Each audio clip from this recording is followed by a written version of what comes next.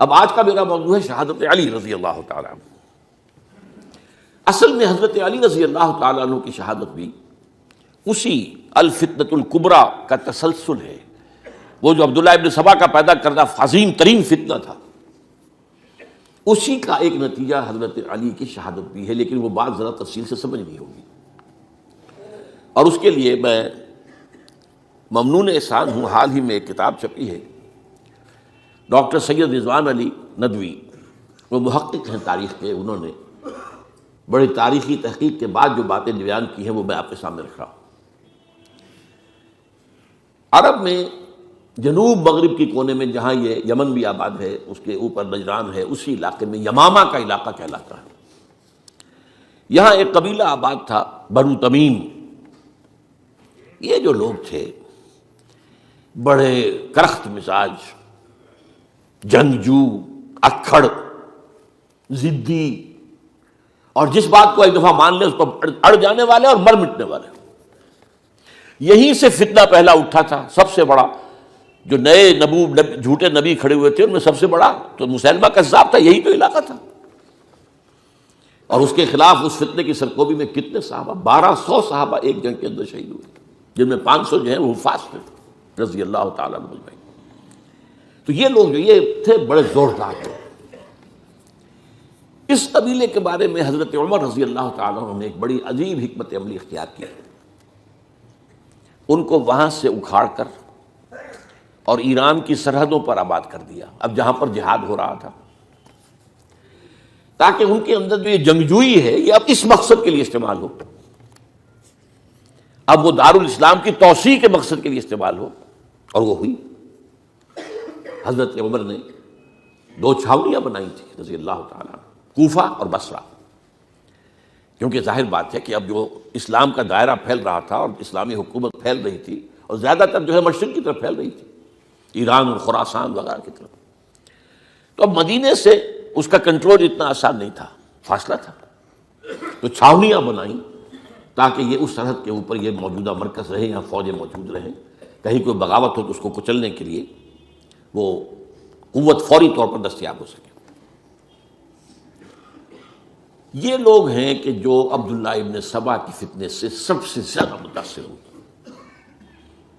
ان کی مزاج میں وہ کجی تو تھی نا، حضرت عمر بھی ان کا جو ایک مضبوط کنٹرول تھا انہیں دبائے رکھا ہے، اور ان کا رخ جو ہے ایک دوسری طرف موڑ کر اس سے اسلام کو فائدہ پہنچایا۔ لیکن اس کے بعد جب فتنہ جو آیا یہ عبداللہ ابن سبا، تو سب سے بڑھ کر یہی لوگ اس کے ماننے والے، اور انہی میں سے وہ لوگ تھے جنہوں نے جانیں بھی دے دی ہیں، جنہیں حضرت علی نے زندہ جلایا ہے، اس لیے کہ وہ کہتے تھے کہ علی خدا ہے۔ اے علی تم خدا ہو، تم ہمیں آگ میں جلا رہے ہو، یہ تو تم ہمارا امتحان لے رہے ہو۔ وَلَنَبْلُوَنَّكُمْ بِشَيْءٍ مِّنَ الْخَوْفِ وَالْجُوعِ وَنَقْصٍ مِّنَ الْأَمْوَالِ وَالْأَنفُسِ وَالثَّمَرَاتِ۔ اب وہ اس آیت کو اپنے اوپر منطبق کر رہے ہیں۔ تو یہ جو کرخت لوگ تھے، انہوں نے در حقیقت جو ہے عبداللہ ابن سبا کے کردار میں سب سے بڑا رول پلے کیا، اور انہی کے ہاتھوں حضرت عثمان شہید ہوئے رضی اللہ تعالیٰ۔ اور اس کے بعد انہوں نے حضرت علی رضی اللہ تعالیٰ عنہ کو اپنے گھیرے میں لے لیا، کیونکہ انہی کی کثیر تعداد موجود تھی مدینے میں جب حضرت عثمان شہید ہوئے۔ اس کے بعد اب ظاہر بات ہے کہ کوئی نہ کوئی تو خلیفہ ہونا چاہیے تھا۔ حضرت طلحہ سے کہا گیا، انہوں نے معذرت کر لی، حضرت زبیر سے کہا گیا، انہوں نے معذرت کر لی۔ اب ظاہر بات ہے کہ حضرت علی آخر امت کو چھوڑا تو نہیں جا سکتا تھا بغیر امام کے، انہوں نے قبول کر لیا، اگرچہ حضرت حسن روکتے رہے کہ ابا جان یہ ان لوگوں کی بیعت جو ہے آپ قبول نہ کیجیے۔ حضرت حسن تو ان میں سے ہیں جو حضرت عثمان کے دروازے پر کھڑے تھے پہرے دار کی حیثیت سے، حسن اور حسین رضی اللہ تعالیٰ عنہ، انہیں تو معلوم تھا فتنہ جو کون لوگ ہیں۔ اس کے بعد حضرت علی رضی اللہ تعالیٰ عنہ نے اسی حکمت سے، جس حکمت کے تحت حضرت عمر نے یہ چھاونیاں آباد کی تھیں، دارالخلافہ بھی مدینے سے کوفہ منتقل کر دیا تاکہ پورے عالم اسلام کو کنٹرول کیا جا سکے اس مرکز کے ساتھ۔ اس کا نتیجہ یہ نکلا کہ اب گویا کہ حضرت علی کے گرد ان لوگوں کا گھیراؤ مکمل ہو۔ کوفے میں یہی تو آباد تھے، کوفی یہی تو تھے، حضرت عمر نے انہیں لا کے یہاں آباد کیا تھا۔ جب حضرت علی نے کوفے کو اپنا دارالخلافہ قرار دیا تو گویا کہ ان کا پھر عمل دخل بہت بڑھ گیا۔ ایک طریقے سے یوں کہا جا سکتا ہے کہ انہوں نے اب حضرت علی رضی اللہ تعالیٰ عنہ کو اپنے محاصرے میں لے لیا۔ چنانچہ جنگ جمل کے موقع پر یہ ہوا ہے کہ صلح ہو گئی تھی، حضرت عائشہ رضی اللہ تعالی عنہ کے جو نمائندے تھے اور ادھر سے حضرت علی، صلح ہو گئی تھی، طے ہو گیا تھا کہ ہاں قاتلین عثمان کو جو ہے اس کو سزا دی جائے گی، قصاص لیا جائے گا حضرت عثمان کی قتل کا۔ لیکن ان لوگوں نے 10,000 آدمی کھڑے ہو گئے کوفے کے اندر، ہم سب قاتل ہیں عثمان کے، لوگ قصاص ہم سے اگر لے سکتے ہو، جس کے نتیجے میں اور انہوں نے جنگ شروع کر دی۔ اور جب جنگ شروع ہو جائے تو پھر اس کے بعد تو کوئی نہیں دیکھ سکتا کیوں شروع ہوئی، کیسے شروع ہوئی، کس نے شروع کی، اب تو یا مارو یا مرو، دو ہی باتیں ہوتی ہیں۔ 10,000 مسلمان ایک رات میں شہید ہوئے جنگ جمل میں۔ اب اس کے بعد حضرت علی رضی اللہ تعالیٰ عنہ کی خلافت جو ہے حضرت امیر معاویہ نے ماننے سے انکار کر دیا۔ جب تک قاتلین عثمان کو سزا نہیں دیتے ہم بیعت نہیں کریں گے۔ یہ نہیں کہ دعویٰ کیا ہو کہ میں خلافت کا حقدار ہوں، یہ نہیں، لیکن یہ کہ آپ کو ان کو سزا دینی چاہیے۔ اب یہ تھا وہ مخمصہ جس میں حضرت علی رضی اللہ تعالیٰ عنہ وہ فرماتے تھے تو میرا ساتھ دو تو میں ان قاتلین عثمان سے سزا جو ہے ان کو سزا دے سکتا۔ ادھر انہیں پتا تھا کہ میں سرنڈر کرتا ہوں تو مجھے علی تک تو پہنچنے کوئی نہیں دے گا، راستے میں ختم کر دیں گے رضی اللہ تعالیٰ عنہ۔ تو یہ پیچ تھا ایک جو ایسا پڑا ہے۔ اب اس میں جب حضرت معاویہ اور حضرت علی کے مابین فیصلہ کن جنگ ہوئی، جنگ صفین جسے کہتے ہیں،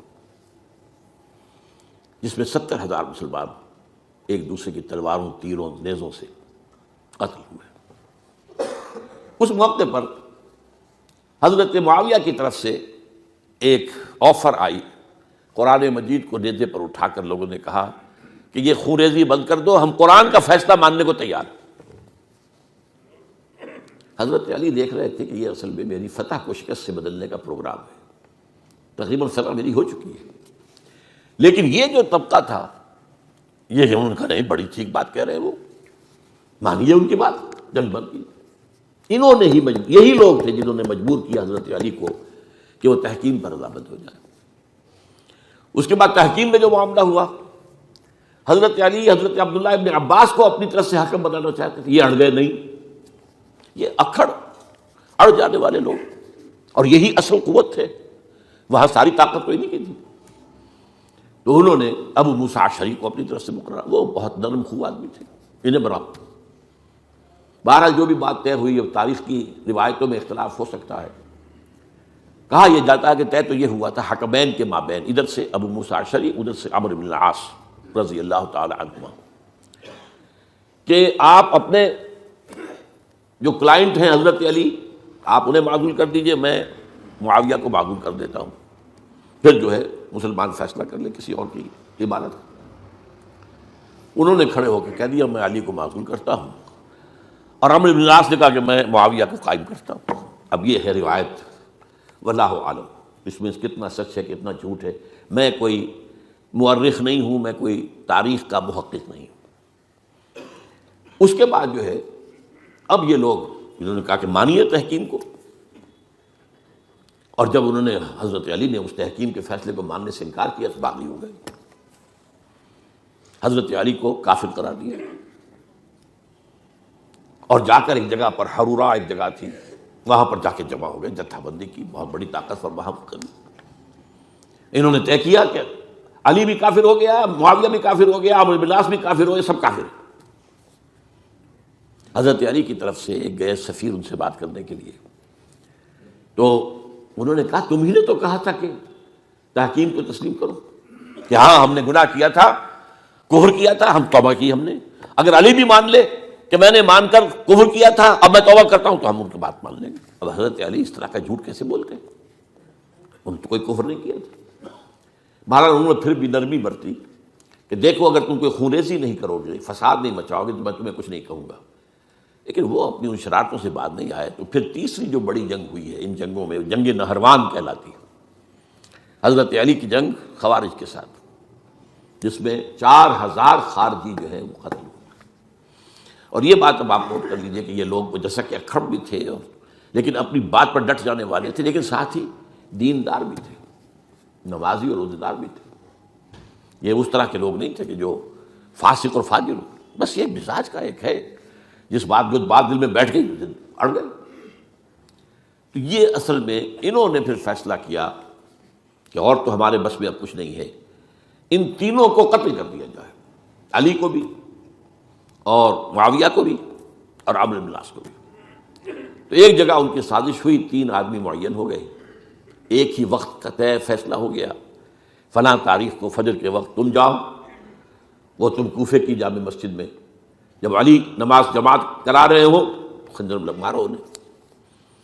اور یہ اس کا نام ابن ملجم تھا، خارجی، یہ وہی لوگ بنو تمیم کے لوگ۔ دوسرا جو تھا وہ دمشق میں حضرت معاویہ کو قتل کرنے، شہید کرنے کے لیے پہنچ گیا۔ تیسرا مصر پہنچ گیا حضرت عمرو بن العاص کو۔ اب یہ بات اللہ کی طرف سے ہے، یہ تو اس کی مشیت ہے، اس کا فیصلہ ہے۔ حضرت علی پر وار کارگر ہوا، آپ شہید ہو گئے۔ حضرت معاویہ پر وہ وار ذرا اوچھا پڑا، زخمی تو ہوئے لیکن آپ کی جان بچ گئی۔ عمرو بن العاص اس روز مسجد میں کسی معذوری کی وجہ سے، عذر کی وجہ سے فجر میں آ ہی نہیں سکے، لہذا حضرت علی کی شہادت ہو گئی۔ اب یہ ہے اصل پس منظر، کن لوگوں نے کیا شہید، اصل میں وہ سمجھ لینے کی بات ہے۔ یہ خوارج نے شہید کیا، لیکن خوارج کا فتنہ سبائی فتنے ہی کا آف شوٹ ہے، اسی کے ذیل میں ہے، اسی کی ایک شاخ ہے، اسی کا ایک نتیجہ ہے۔ یہ خوارج جو ہے بعد میں بھی ان کی مسلسل جو ہے وہ جنگیں رہی ہیں۔ بہرحال اس صورتحال کو یہ سمجھ لیجئے کہ یہ خلفائے ثلاثہ رضی اللہ تعالی عنہ، حضرت عمر شہید، عثمان شہید، علی شہید۔ عجیب بات ہے کہ تینوں کا نام عین سے شروع ہوتا ہے، عمر عین سے، عثمان عین سے، علی عین سے، تینوں شہید ہوئے ہیں۔ لیکن یہ کہ یہ ہے تاریخی پس منظر۔